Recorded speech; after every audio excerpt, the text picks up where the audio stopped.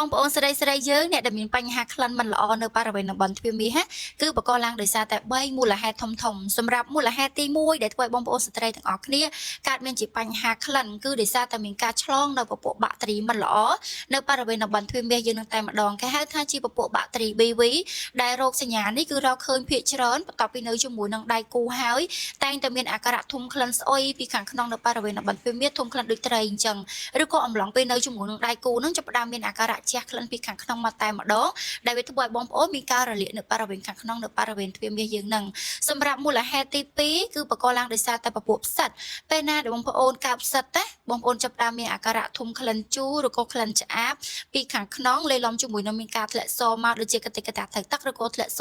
ស្អិតកកដុំនិងមានការរមាស់ជាដើមហើយផ្សិតនេះដែរបើសិនជាទុកយូរអាចបកទៅជារលាកឬក៏ហើមនៅបរិវេណទ្វារមាសនៅជាមួយដៃគូស្ងួតក្តៅកាហាយដូចគ្នាសម្រាប់មូលហេតុបង្កទី3វិញគឺពាក់ព័ន្ធជាមួយនឹងការឆ្លងមេរោគតាមតំបន់ប្រភេទយើងអំឡុងពេលនៅជាមួយដៃគូគេហៅថាពពួក STD ឬក៏ STI អញ្ចឹងពេលណាដែលយើងឆ្លងនៅពពួកមេរោគទាំងអស់ហ្នឹងបងប្អូននឹងចាប់ផ្ដើមមានការធ្លាក់សរមាស់ក្លិនធំក្លិនស្អុយពីខាងក្នុងហើយការធ្លាក់សគឺធ្លាក់មកលឿងឬក៏បៃតងជាដើមអញ្ចឹងសម្រាប់បងស្ត្រីបើសិនជាឥ